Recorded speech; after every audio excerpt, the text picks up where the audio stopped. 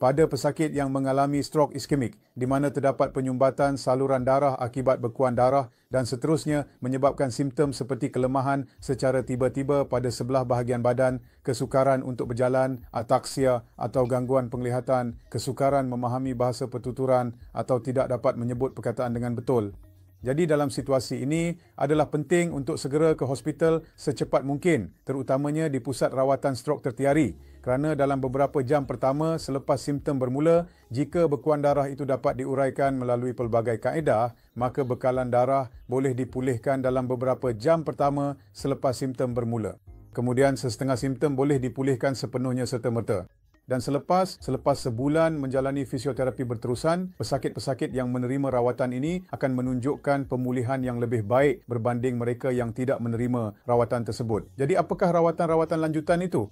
Dalam beberapa jam pertama, selepas simptom bermula, kita boleh memberikan suntikan yang dipanggil tenecteplase atau recombinant tissue neoplasmogen activator yang diberikan secara intravena untuk melarutkan bekuan darah. Tetapi walaupun selepas beberapa jam pertama telah berlalu, malah sehingga 12 jam kadang-kadang sekarang, dengan rawatan terkini dan kemudahan makmal kateterisasi lanjutan serta kehadiran pakar radiologi intervensi, pakar neurologi intervensi dan pakar bedah saraf, anda boleh terus memasukkan kateter ke dalam saluran darah otak yang terjejas dan seterusnya menyedut bekuan darah keluar atau meletakkan stent dan mengeluarkan bekuan tersebut, lalu serta-merta memulihkan bekalan darah.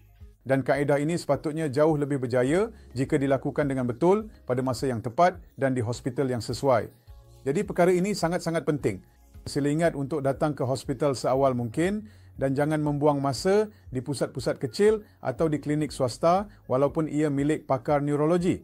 Masa terbaik adalah dalam tempoh emas sejurus bermulanya simptom, segera ke hospital dan ke bahagian kecemasan.